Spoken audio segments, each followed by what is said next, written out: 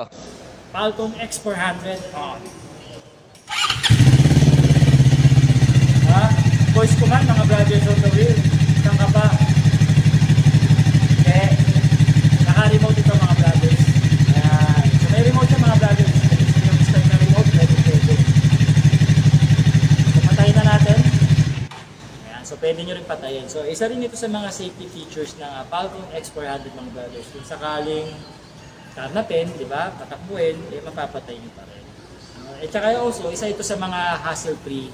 Kung gusto nyo i-start kagad, di ba, nasa parking pa lang kayo, malayo pa lang kayo, hindi i-remote na. So madali lang naman siya. Press nyo lang ng isang matagal yung parang may kidlat yan. Tapos dalawang mabilis.